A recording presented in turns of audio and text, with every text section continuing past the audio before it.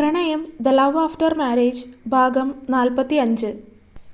സൂര്യൻ അവനെ പരിഹസിക്കും രീതിയിൽ പറഞ്ഞു. നിനക്ക് അവളെ ഇഷ്ടമല്ല, പിന്നെന്തിനാണ് അവളെ ഉപദ്രവിച്ചത്? മാരിറ്റൽ റേപ്പ്, അതാണ് നീ ചെയ്തത്. ജാമ്യമില്ലാത്ത വകുപ്പാണ്. സൂര്യൻ അവൻ അരികിലേക്ക് വന്നുകൊണ്ട് ചോദിച്ചു. അത് പിന്നെ അവളുടെ സൗന്ദര്യം കണ്ടപ്പോൾ ബാക്കി പറയാനാവുന്നതിന് മുന്നേ കണ്ണൻ അവനെ അവിടെ കിടന്നിരുന്ന കസേരയുടെ കാലുകൊണ്ട് മുഖത്ത് നോക്കി തന്നെ അടിച്ചു. ബോധം മറഞ്ഞ് അവൻ നിലത്തേക്ക് വീണുപോയി. മോനെ! ഈ തവണ സുമതി ഉറക്കെ വിളിച്ചുപോയി. താൻ ജീവനേക്കാളേറെ സ്നേഹിക്കുന്ന മകനെ അങ്ങനെ തല്ലുന്നത് അവരെ അത്രയും നോവിച്ചിരുന്നു. അങ്ങനെയല്ല, ഉറക്കെ വിളിക്ക്, ഇനിയും ഉറക്കെ വിളിക്ക്. അവരുടെ നിലവിളി കേട്ടതും കണ്ണൻ ചിരിയോടെ പറഞ്ഞു. അവനെ ഒന്നും ചെയ്യരുത്. ഇത്ര സമയം നിശബ്ദമായിരുന്ന രാഘവന്റെ സ്വരം. കണ്ണൻ അയാളെ പുച്ഛത്തോടെ നോക്കി. 2 വർഷം മുന്നേ നിങ്ങളുടെ വീട്ടിലൊരു പെൺകുട്ടി വന്നിരുന്നു. വെറും 18 വയസ്സ് മാത്രം പ്രായമുണ്ടായിരുന്ന കുട്ടി. അവൾ ഇതിലും കൂടുതൽ ആ കിടക്കുന്നവനോട് ഇതുപോലെ കെഞ്ചി കാണും. പക്ഷേ നിങ്ങളുടെ മകൻ എന്ന് പറയുന്ന മൃഗം അവളെ പിച്ച് ചീന്തി. സത്യങ്ങളൊക്കെ അറിഞ്ഞിട്ടും അവളെ ഒന്ന് സഹായിക്കാനോ ഒന്ന് ആശ്വസിപ്പിക്കാനോ നിങ്ങൾ മുതിർന്നില്ല. അതിനാണ് നിങ്ങൾക്ക് ഈ ശിക്ഷ. കണ്ണൻ രാഘവന് നേരെ ചീറി. ഇവന് മെൻ്റലാണ്. അങ്ങനെ വരുത്തി തീർക്കാൻ നീയൊക്കെ എന്ത് കളിയാണ് കളിച്ചത്? അതെനിക്കറിയണം. നീ എന്തിനാ സതിയമ്മയുടെ ഫോണിലേക്ക് അന്ന് വിളിച്ചത്? അവസാനമായി അതുകൂടി അറിഞ്ഞാൽ മതി എനിക്ക്. പറയ്. കണ്ണൻ സുമതിക്ക് നേരെ തിരിഞ്ഞുകൊണ്ട് ചോദിച്ചു. അതുകൂടി മാത്രം അവൻ അറിഞ്ഞാൽ മതിയായിരുന്നു.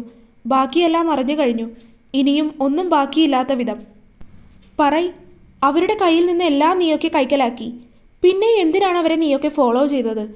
കണ്ണൻ അല്പം ശാന്തത വരുത്തിക്കൊണ്ട് ചോദിച്ചു. പക്ഷേ അവൻ്റെ സൈലൻസ്, അത് കൊടുങ്കാറ്റിന് മുൻപുള്ള ശാന്തതയാണ് എന്ന് തോന്നിപ്പോയി അവർക്ക്. സുമതി അപ്പോഴും മകനെ നോക്കിയിരിപ്പായിരുന്നു. അവനിൽ നിന്ന് ഒഴുകുന്ന രക്തം, അവൻ്റെ ചെറിയ ഞരക്കം മാത്രമാണുള്ളത്. അവരുടെ കണ്ണ് നിറഞ്ഞു. അവരുടെ കണ്ണിൽ നിന്ന് ഒഴുകിയ കണ്ണുനീർ കണ്ടപ്പോൾ കണ്ണന് ആശ്വാസം തോന്നി. വല്ലാത്തൊരു ഉന്മാദം തോന്നി. ആഹാ, കരയാനൊക്കെ അറിയുമോ നിങ്ങൾക്ക്? കരയ്, ഇനിയും കരയ്, ഉറക്കെ ഉറക്കെ കരയ്. കണ്ണൻ അവരെ നോക്കി വല്ലാത്തൊരു ഭാവത്തോടെയാണ് പറഞ്ഞത്, സന്തോഷത്തോടെ. സുമതി അതിന് ഒന്നും മിണ്ടിയില്ല. അപ്പോൾ പറഞ്ഞതുപോലെ എന്താണെന്ന് വെച്ചാൽ വേഗം പറയാൻ നോക്ക്. ആവശ്യമില്ലാതെ സമയം ഇങ്ങനെ കളയുന്നത് എനിക്കൊട്ടും ഇഷ്ടമാവുന്നില്ല. കണ്ണൻ 2 പേരെയും നോക്കി ചോദിച്ചു. ഓരോന്നോരോന്നായിട്ട് പറയാം. അപ്പോൾ ആദ്യം പറയ്, ശ്രീദേവ് രാഘവൻ എന്ന ഇവനെ മെൻ്റലാണെന്ന് തെളിയിക്കാനുള്ള സർട്ടിഫിക്കറ്റ് നിങ്ങൾ എങ്ങനെ ഒപ്പിച്ചു? കണ്ണൻ അല്പം സമാധാനപരമായിട്ടാണ് ചോദിച്ചത്. കുറച്ച് സമയമായിട്ടും രാഘവനും സുമതിയും മുഖത്തോട് മുഖം നോക്കുന്നതല്ലാതെ അവരിൽ നിന്ന് മറുപടിയൊന്നും വരുന്നില്ല. നിങ്ങളോട് കണ്ണും കണ്ണും നോക്കിയിരിക്കാനല്ല പറഞ്ഞത്. ചോദിച്ചത് കേട്ടില്ലേ? എങ്ങനെയാണ് അത്തരത്തിലുള്ളൊരു വ്യാജ സർട്ടിഫിക്കറ്റ് നിങ്ങൾ ഉണ്ടാക്കിയെടുത്തതെന്ന്? സൂര്യനും അതേ ചോദ്യം തന്നെ അവരോട് വീണ്ടും ആവർത്തിച്ച് ചോദിച്ചു. ഞങ്ങൾ വ്യാജ സർട്ടിഫിക്കറ്റ് ഒന്നും ഉണ്ടാക്കിയിട്ടില്ല. പിന്നെ അങ്ങനെ ഒരു സർട്ടിഫിക്കറ്റ് ആകാശത്തു നിന്ന് തനിയെ പൊട്ടിമുളച്ച് വീണതാകും അല്ലേ രാഘവ? അയാൾ അങ്ങനെ പറഞ്ഞതും കണ്ണൻ അതിനെ പുച്ഛിക്കും രീതിയിൽ തിരിച്ചു ചോദിച്ചു. അവന് മാനസികമായി പ്രശ്നമുണ്ട്. രാഘവൻ തല താഴ്ത്തിക്കൊണ്ട് പറഞ്ഞു. ഒരു നിമിഷം തങ്ങൾ കേട്ടത് തെറ്റായി പോയതാണോ എന്ന് തോന്നിപ്പോയി സൂര്യനും കണ്ണനും. എന്ത്? ഒരു നിമിഷം ഇനി തങ്ങളുടെ പ്രശ്നമാണോ എന്നറിയാൻ വേണ്ടി 2 പേരും ഒരുപോലെ വീണ്ടും ആ ചോദ്യം ആവർത്തിച്ചു. ശ്രീദേവിന് മാനസികമായി പ്രശ്നങ്ങളുള്ള കുട്ടിയാണ്. രാഘവൻ വ്യക്തമായി പറഞ്ഞതും ഒരു നിമിഷം കണ്ണനും സൂര്യനും ഒന്ന് ആലോചിച്ചു. നിങ്ങളോട് ഞാൻ 1 തവണയല്ല 2 തവണ പറഞ്ഞു കഴിഞ്ഞു, വെറുതെ ആവശ്യമില്ലാത്ത നുണക്കഥകൾ വലിച്ചുവാരി പറയാൻ നിൽക്കരുതെന്ന്. ഇനിയും അത് തുടരാനാണ് ഉദ്ദേശമെങ്കിൽ ഞാൻ എന്ത് ചെയ്യുമെന്നുള്ളത് എനിക്ക് തന്നെ അറിയാൻ വയ്യ. വീണ്ടും വീണ്ടും നുണകൾ പറയുന്നത് കേട്ടിട്ട് കണ്ണന് ദേഷ്യം അടക്കാനാവുന്നില്ലായിരുന്നു. നുണ പറഞ്ഞതല്ല. 10ാം ക്ലാസ്സിൽ പഠിക്കുമ്പോൾ അവനൊരു ആക്സിഡൻ്റ് ആയിരുന്നു. അതിനുശേഷം അവന് മാനസികമായ അല്പം ബുദ്ധിമുട്ടൊക്കെ ഉണ്ടായിരുന്നു. 2 വർഷത്തെ ശരിയായ ട്രീറ്റ്മെൻറ്റ് എടുത്തതിന് ശേഷമാണ് നോർമലായത്. എങ്കിലും ഇടയ്ക്ക് അവൻ വല്ലാതെ വയലൻ്റ് ആകും. എല്ലാവരോടും ദേഷ്യം കാണിക്കും, സ്വയം ഉപദ്രവിക്കും. സുമതി നിലത്ത് അവശനായി കിടക്കുന്ന ശ്രീദേവിനെ നോക്കിയാണ് അത്രയും പറഞ്ഞത്. പക്ഷേ ഇത്രയൊക്കെ കാണിച്ചു കൂട്ടുകയും ചെയ്യുകയും ഒക്കെ ചെയ്താൽ അവരെ എങ്ങനെ വിശ്വസിക്കും? ഇങ്ങനെയൊരു കാര്യം അവർ സത്യം പറയുമെന്നുള്ളതിൽ കണ്ണന് ഒരു വിശ്വാസവുമില്ലായിരുന്നു. കണ്ണൻ സൂര്യനെ ഒന്ന് നോക്കി. അവൻ്റെ നോട്ടത്തിൽ നിന്ന് തന്നെ എന്താണ് അവൻ ഉദ്ദേശിക്കുന്നത് എന്ന് സൂര്യന് മനസ്സിലായി. അവൻ വേഗം പുറത്തേക്ക് നടന്നു. സൂര്യൻ ഒരു നിമിഷം ഒന്ന് ആലോചിച്ചതിന് ശേഷം ആദ്യം ഫോൺ എടുത്ത് ഡയൽ ചെയ്തത് ആശ വക്കീലിൻ്റെ ഫോണിലേക്കാണ്. അവരോട് ചോദിച്ചപ്പോൾ അങ്ങനെയൊരു സർട്ടിഫിക്കറ്റ് കേസ് ജയിക്കാൻ വേണ്ടി വ്യാജമായി ഉണ്ടാക്കിയതാണെന്നാണ് അവർക്ക് തോന്നിയതെന്നാണ് പറഞ്ഞത്. അത് തെളിയിക്കുന്നതിനായിട്ട് അവരുടെ കയ്യിൽ ആവശ്യമായ രേഖകളൊന്നുമില്ലായിരുന്നു. അതുകൊണ്ട് തന്നെ ഈയൊരു കാര്യത്തിനെക്കുറിച്ച് അവരിൽ നിന്നും കൂടുതൽ അറിവുകളൊന്നും നേടാനാവില്ല എന്ന് മനസ്സിലാക്കി സൂര്യൻ അന്ന് കേസ് നടക്കുന്ന സമയത്ത് ശ്രീദേവിൻ്റെ ഭാഗത്തു നിന്നും ഉണ്ടായിരുന്ന വക്കീൽ ഏതാണെന്ന് ആശ വക്കീലിനോട് ചോദിച്ചറിഞ്ഞു. അഡ്വക്കേറ്റ് ദിലീപ് മേനോൻ, അതായിരുന്നു ശ്രീദേവിൻ്റെ ഭാഗത്തു നിന്നും ഉണ്ടായിരുന്ന വക്കീൽ. അയാളെക്കുറിച്ച് കണ്ണൻ ആദ്യമായി കേൾക്കുകയായിരുന്നു. പേഴ്സണലായിട്ട് യാതൊരു പരിചയവും ഇല്ലാത്തതുകൊണ്ട് തന്നെ എങ്ങനെയൊരു മുഖവരിയിട്ട് അയാളോട് സംസാരിച്ചു തുടങ്ങും എന്നൊരു സംശയം സൂര്യനും ഉണ്ടായിരുന്നു. പിന്നീട് മറ്റൊന്നും ആലോചിക്കാതെ സൂര്യൻ നേരെ അയാളുടെ ഓഫീസിലേക്ക് പോയി. അവിടെ പോയപ്പോൾ അത്യാവശ്യം പ്രായം ചെന്നൊരു മനുഷ്യനായിരുന്നു ദിലീപ് മേനോൻ. കണ്ണൻ ചോദിച്ചറിഞ്ഞിടത്തോളം അയാളുടെ ഭാഗം ക്ലിയറാണ്. അയാളായിട്ട് ഈ കേസിൽ യാതൊരു തിരിമറികളും ചെയ്തിട്ടില്ല. അവിടെ നിന്ന് അയാൾക്ക് ശ്രീദേവിന് ഏത് ഡോക്ടറാണ് ഇങ്ങനെയുള്ള മെൻ്റലി ഡിസേബിൾഡ് ആയിട്ടുള്ള സർട്ടിഫിക്കറ്റ് ഇഷ്യൂ ചെയ്തത് എന്നുള്ള വിവരം കിട്ടി. ഡോക്ടറിനെ കുറിച്ച് അന്വേഷിച്ചപ്പോൾ തന്നെ സൂര്യന് മനസ്സിലായിരുന്നു അയാൾ തൻ്റെ ജോലിയിൽ സത്യസന്ധമായി എത്തിക്സോടുകൂടി ജോലി ചെയ്യുന്ന ഒരാളാണെന്ന്. അയാളുടെ ഭാഗത്തു നിന്നും അങ്ങനെ ഒരു വ്യാജ സർട്ടിഫിക്കറ്റ് കൊടുക്കുമെന്ന് തോന്നുന്നില്ല. എങ്കിലും സത്യാവസ്ഥയൊന്ന് തിരിച്ചറിയുന്നതിന് വേണ്ടി സൂര്യൻ അയാളെയും വിളിച്ചൊന്ന് സംസാരിച്ചു. അപ്പോൾ അയാൾ അത് തീർത്തു പറഞ്ഞു. ശ്രീദേവ് ഒരു മെൻ്റൽ പേഷ്യൻ്റാണ്. അവൻ ഉടനെ തന്നെ കണ്ണനെ വിളിച്ചു. Rudra, they are right. Sreedev is a mentally disabled person. Suryan ഗൗരവത്തിൽ പറഞ്ഞു. കണ്ണൻ അങ്ങനെ തന്നെ ഫോൺ പോക്കറ്റിലേക്ക് വെച്ചു. ഇത്ര സമയമായിട്ടും സൂര്യൻ കാര്യങ്ങളെല്ലാം അന്വേഷിച്ചറിയട്ടെ എന്ന് കരുതി കണ്ണൻ അവരോടൊന്നും സംസാരിക്കാതെ ഇരിക്കുകയായിരുന്നു. അപ്പോൾ വട്ടുള്ള മോനെ പിടിച്ചാണ് 18 വയസ്സുള്ള ഒരു പെൺകുട്ടിയെ കൊണ്ട് കെട്ടിച്ചത് അല്ലേ? കണ്ണൻ വല്ലാത്തൊരു ഭാവത്തോടെ അവരെ രണ്ടുപേരെയും നോക്കിക്കൊണ്ട് ചോദിച്ചു. അതേസമയം സൂര്യൻ അങ്ങോട്ട് വന്നു.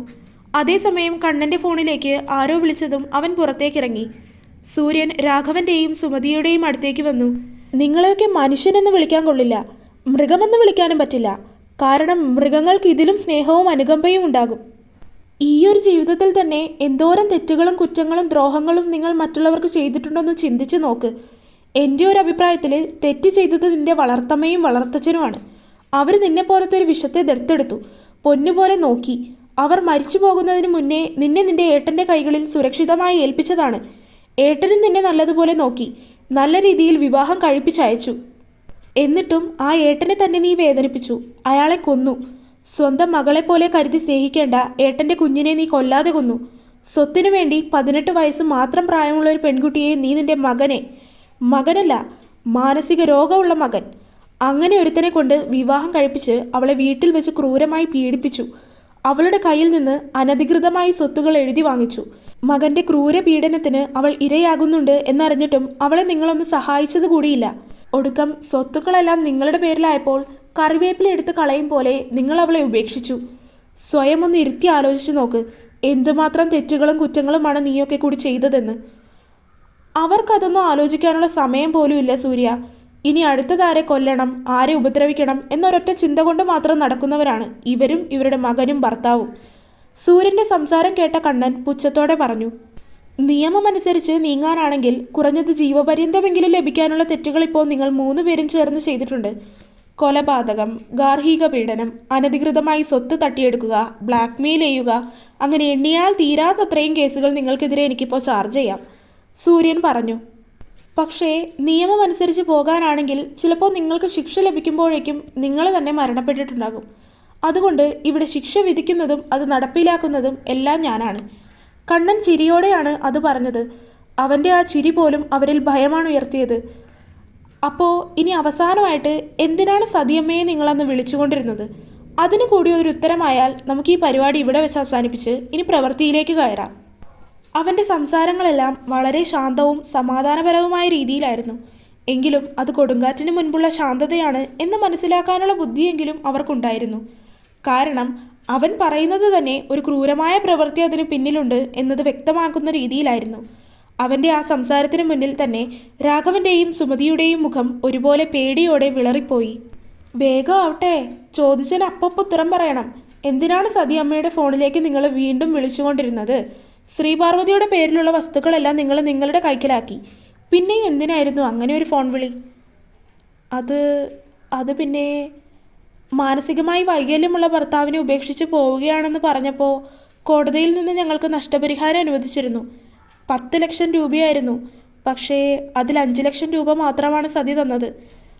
അതിൻ്റെ ബാക്കി ചോദിക്കാനായിട്ട് ഉളുപ്പുണ്ടോ നിങ്ങൾക്ക്? നികൃഷ്ട ജന്മം! സൂര്യൻ ദേഷ്യത്തോടെ അവരിൽ നിന്ന് മുഖം തിരിച്ചു. ഭർത്താവില്ലാത്തൊരു പാവം സ്ത്രീ. അവരുടെ കയ്യിൽ നിന്ന് നിങ്ങൾ വീണ്ടും 5 ലക്ഷം രൂപ വാങ്ങി അല്ലേ? ഭർത്താവില്ലായിരുന്നുവെങ്കിലും അവരുടെ കയ്യിൽ നല്ല പൈസ ഉണ്ടായിരുന്നു.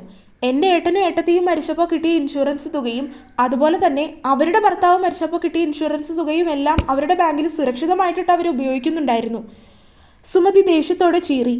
എത്ര കിട്ടിയാലും മതിയാവില്ല എന്നതുപോലെയുള്ള അവരുടെ സംസാരം കേട്ടതും ഈ തവണ സൂര്യനാണ് മുഖമടച്ചൊന്ന് കൊടുത്തത്. തള്ള കുറെ നേരമായി, സൂര്യൻ ദേഷ്യത്തിൽ പറഞ്ഞു. കണ്ണൻ അത് കണ്ട് ചിരിയാണ് വന്നത്. ഇത്ര നേരം തന്നെ തടഞ്ഞു നിർത്തിയവനാണ്. അപ്പോൾ സത്യങ്ങളെല്ലാം അറിഞ്ഞ സ്ഥിതിക്ക് ഇനി നമുക്ക് എങ്ങനെയാ കാര്യങ്ങൾ? കണ്ണൻ ചിരിയോട് ചോദിച്ചു. ഞങ്ങളെ ഒന്നും ചെയ്യരുത്. കണ്ണനെ നോക്കി അവർ കെഞ്ചി. ഇത്ര നേരം ഉണ്ടായിരുന്നത് പോലെയുള്ള സമാധാനമായ മുഖമല്ല അവന്. അവൻ്റെ മുഖത്ത് ഒരുതരം കല്ലിച്ച ഭാവം. അവനിൽ ദേഷ്യം നിറഞ്ഞു വരുന്നത് അവൻ്റെ മുഖത്തു നിന്ന് തന്നെ വ്യക്തമാണ്. അവർക്ക് മരണഭയം തോന്നി തുടങ്ങിയിരുന്നു. ഞങ്ങളെ ഒന്നും ചെയ്യരുത്. അവളുടെ സ്വത്ത് മുഴുവൻ തിരികെ തരാം. ഇനി മേലിൽ നിങ്ങളുടെ കൺമുന്നിൽ പോലും ഞാൻ വരില്ല. സുമതി കെഞ്ചി അപേക്ഷിച്ചു പറഞ്ഞു. അതിന് ആ സ്വത്ത് നിങ്ങൾക്ക് ഇപ്പോഴും ഉപയോഗിക്കാനൊന്നും പറ്റുന്നില്ലല്ലോ. അവളുടെ പേരിൽ നിന്ന് മുഴുവനായി നിങ്ങൾക്കത് കൈക്കലാക്കാൻ സാധിച്ചില്ല. അതിപ്പോഴും അവളുടെ പേരിൽ തന്നെയല്ലേ? പിന്നെ നിങ്ങൾ എന്തു വിട്ടുതരാനാണ്? കണ്ണൻ അവരെ പരിഹസിച്ചു. സുമതി ആകെ വിളറിപ്പോയിരുന്നു. നിന്നെയൊക്കെ ഞാനിനി എൻ്റെ കൈകൊണ്ട് തൊടില്ല. അത്രയ്ക്ക് അർപ്പും വെറുപ്പുമായി നിന്നെയൊക്കെ എനിക്ക്. കണ്ണൻ അവിടെ ഇരുന്നിരുന്ന കുപ്പിയിൽ നിന്ന് വെള്ളമൊഴിച്ച് കൈ കഴുകി. ശേഷം ആരെയോ ഫോണിൽ വിളിച്ചു. ഒത്ത വണ്ണവും പൊക്കവുമുള്ള ഒരാൾ അങ്ങോട്ട് കയറി വന്നു. കൊല്ലരുത്, ബാക്കി എന്താണെന്ന് വെച്ചാലാവാം. അത്രമാത്രം പറഞ്ഞ് അവരെ തിരിഞ്ഞു പോലും നോക്കാതെ കണ്ണനും സൂര്യനും പുറത്തേക്കിറങ്ങി. അവരുടെ നിലവിളി ശബ്ദങ്ങളും അരുത് എന്നുള്ള കരച്ചിലുമൊക്കെ കണ്ണൻ്റെ കാതുകളിൽ തുളച്ചു കയറി. ഉള്ളിൽ സന്തോഷം തോന്നി അവന്. ഇത്രനാളും സ്ത്രീയെ അനുഭവിപ്പിച്ചതിനുള്ളതൊക്കെ അവർക്ക് തിരികെ കൊടുക്കണം. അവളെ ദ്രോഹിക്കാനാവുന്നതിൻ്റെ പരമാവധി ദ്രോഹിച്ചു കഴിഞ്ഞു. അവളുടെ അമ്മയുടെ മരണത്തിന് പോലും ഉത്തരവാദികൾ ഇവർ 3 പേരുമാണ്. കണ്ണന് അവരെക്കുറിച്ച് ആലോചിക്കുമ്പോൾ തന്നെ വീണ്ടും ദേഷ്യമാണ് തോന്നിയത്. പുറത്തേക്കിറങ്ങി കാറിലേക്ക് കയറുമ്പോഴെല്ലാം കണ്ണൻ്റെ മുഖം നിറഞ്ഞ ഗൗരവത്തിലായിരുന്നു. അവൻ്റെ ഉള്ളിൽ ഈ സമയം സ്ത്രീ ആ നരകത്തിൽ കിടന്ന് അനുഭവിച്ച കാര്യങ്ങൾ മാത്രമായിരുന്നു. പീരീഡ്സ് ആകുമ്പോൾ പോലും അയാൾ എന്നെ... അവളുടെ കരച്ചിൽ ചീളുകൾ നിറഞ്ഞ വാക്കുകൾ അവൻ്റെ കാതിൽ വീണ്ടും വന്ന് പതിക്കുന്നത് പോലെ തോന്നി അവന്. ആ കുട്ടി ആ സമയത്ത് പ്രഗ്നൻ്റ് ആയിരുന്നു. പക്ഷേ അബോട്ടായി പോയി. വക്കീലിൻ്റെ വാക്കുകൾ ചെവിയിൽ ഓരോന്നിങ്ങനെ വീണ്ടും വീണ്ടും മുഴങ്ങി കേൾക്കുന്നത് പോലെ. കാറിൻ്റെ ഡ്രൈവിംഗ് സീറ്റിലേക്ക് കയറിയിരുന്നിട്ടും കണ്ണന് അത് സ്റ്റാർട്ട് ചെയ്യാനോ ഓടിക്കാനോ ഉള്ള ഒരു മാനസികാവസ്ഥയില്ലായിരുന്നു. ഞാൻ എന്ത് പറയാനാടാ? നിന്റെ ഭാര്യയെ വർണ്ണിക്കാനാണോ? അതിപ്പോൾ നിനക്കും അറിയാവുന്നതായിരിക്കുമല്ലോ. കൂടെ കഴിയാൻ തുടങ്ങിയിട്ട് കുറച്ചായില്ലേ? ശ്രീദേവ് പറഞ്ഞ വാക്കുകൾ. കണ്ണന് ഓടിപ്പോയി അവനെ കുത്തിക്കൊല്ലാൻ തോന്നിപ്പോയി. ജീവിതത്തിൽ ഒരിക്കലും മറക്കാനും പൊറുക്കാനും ആവാത്ത മുറിവുകളാണ് അവൻ സ്ത്രീക്ക് കൊടുത്തിരിക്കുന്നത് എന്നവന് തോന്നി. അവനെ തൻ്റെ കൈകൊണ്ട് കൊല്ലില്ല. അങ്ങനെ ചെയ്താൽ അത് സ്ത്രീ എന്തെങ്കിലും മനസ്സിലാക്കിയാൽ വലിയ പ്രശ്നമാവും. അല്ലെങ്കിലും അവനെപ്പോലെയുള്ള നികൃഷ്ട ജന്മങ്ങളെ കൊന്നും കൊലവിളിച്ചുമൊക്കെ എന്തിനാണ് വെറുതെ സ്വന്തം മാനം നഷ്ടപ്പെടുത്തുന്നത്? കാറിലേക്ക് കയറിയിരുന്നിട്ടും വണ്ടി ഓൺ പോലും ആക്കാതെ സ്റ്റിയറിങ്ങിൽ വെറുതെ കൈപിടിച്ച് കണ്ണു തുറന്ന് മറ്റേതോ ലോകത്തെന്ന പോലെ ഇരിക്കുന്ന കണ്ണനെ കണ്ടതും സൂര്യന് കാര്യം മനസ്സിലാക്കാൻ അധികം സമയം വേണ്ടി വന്നില്ല. രുദ്ര. സൂര്യൻ അവൻ്റെ തോളിലൊന്ന് കൈയമർത്തി. അപ്പോഴാണ് കണ്ണൻ അവനെ മുഖമുയർത്തി നോക്കിയത്. എന്താടാ? സൂര്യൻ പതിയെ അവനോട് ചോദിച്ചു. ഏയ് ഒന്നുമില്ല. കണ്ണൻ സീറ്റ് ബെൽറ്റ് ഇടാൻ ഒരുങ്ങിയതും സൂര്യൻ അതിനെ തടഞ്ഞു. മനസ്സിന് എന്തെങ്കിലും വിഷമമുണ്ടെങ്കിൽ അത് പറഞ്ഞു തീർക്കണം രുദ്ര. ഇങ്ങനെയൊരു കാര്യം നീ ആകെ ഷെയർ ചെയ്തത് എന്നോട് മാത്രമാണ്. അപ്പോൾ ഈ വിഷമങ്ങളും നിനക്ക് എന്നോട് മാത്രം പങ്കുവെക്കാനാവുന്നതാണ്. സോ മനസ്സിലുള്ളത് എന്താണെങ്കിലും അത് പറയ്. You will feel better. സൂര്യൻ അവനെ ആശ്വസിപ്പിക്കും പോലെയാണ് പറഞ്ഞത്. കണ്ണൻ കാറ് നേരെ അവിടെ വാടകയ്ക്കെടുത്തിരിക്കുന്ന വീട്ടിലേക്ക് കൊണ്ടുപോയി. വീടെത്തിയപ്പോൾ കണ്ണൻ ആദ്യം പോയി ചെയ്തത് തലവഴി തണുത്ത വെള്ളം വീഴുന്ന രീതിയിലൊന്ന് കുളിച്ചു. അപ്പോൾ തന്നെ പകുതി ആശ്വാസം തോന്നി അവന്. അവളുടെ കാര്യങ്ങൾ അവർ പറഞ്ഞത് ഓർമ്മ വരുമ്പോൾ അവന് ദേഷ്യത്തേക്കാൾ ഉപരി സങ്കടം തോന്നി. 18 വയസ്സ്, ചെറിയ കുട്ടി, ജീവിതം എന്താണെന്ന് പോലും അറിഞ്ഞു കാണില്ല. ആ സമയത്താണ് ചെന്നായയെ പോലെ ഒരുത്തൻ അവളെ... കണ്ണടക്കുമ്പോൾ മുന്നിൽ തെളിഞ്ഞു വരുന്നത് അവളുടെ വയറിൽ അന്ന് കണ്ട നഖത്തിൻ്റെ പോറലാണ്. അവനെ കൊല്ലണമെന്ന് മാത്രമായിരുന്നു അവൻ്റെ മനസ്സിൽ ഉദിച്ചു വന്നുകൊണ്ടിരുന്നത്. പക്ഷേ മരണം അവന് നൽകാനാവുന്ന ഏറ്റവും കുറഞ്ഞ ശിക്ഷയായി പോവും. അനുഭവിക്കണം. 3 എണ്ണവും അനുഭവിച്ചു തന്നെ വേണം മരിക്കാൻ. കൊന്നു തരാൻ സ്വയം പറയണം. എങ്കിലും കൊല്ലില്ല. ജീവനോടെ കൊല്ലാതെ കൊല്ലണം 3 എണ്ണത്തിൻ്റെയും. കണ്ണൻ്റെ തലയിലൂടെ ഒഴുകിയിറങ്ങിയ വെള്ളത്തിൻ്റെ കൂടെ അവൻ്റെ കണ്ണുനീരും ഉണ്ടായിരുന്നു. അവൾക്കായി അവൻ പൊഴിക്കുന്ന കണ്ണുനീർ. ഇനിയൊരിക്കലും അവൾക്ക് ജീവിതത്തിൽ ഒരു ദുഃഖം പോലും ഉണ്ടാക്കി കൊടുക്കില്ല എന്നവൻ തീരുമാനമെടുത്തു. ഒരു മനുഷ്യൻ അനുഭവിക്കാനുള്ളതിൻ്റെ പരമാവധി അവൾ അനുഭവിച്ചു കഴിഞ്ഞു. ഇനിയില്ല. കണ്ണൻ മുഖമൊന്ന് അമർത്തി തുടച്ചു. തുടരും. അപ്പോൾ വീഡിയോ കണ്ടവരെല്ലാവരും വീഡിയോ ലൈക്ക് ചെയ്യാനും ചാനൽ സബ്സ്ക്രൈബ് ചെയ്യാനും അഭിപ്രായങ്ങൾ കമൻ്റായിട്ട് അറിയിക്കാനും മറക്കല്ലേ. അടുത്ത പാർട്ടായിട്ട് നാളെ വരാം. Bye bye.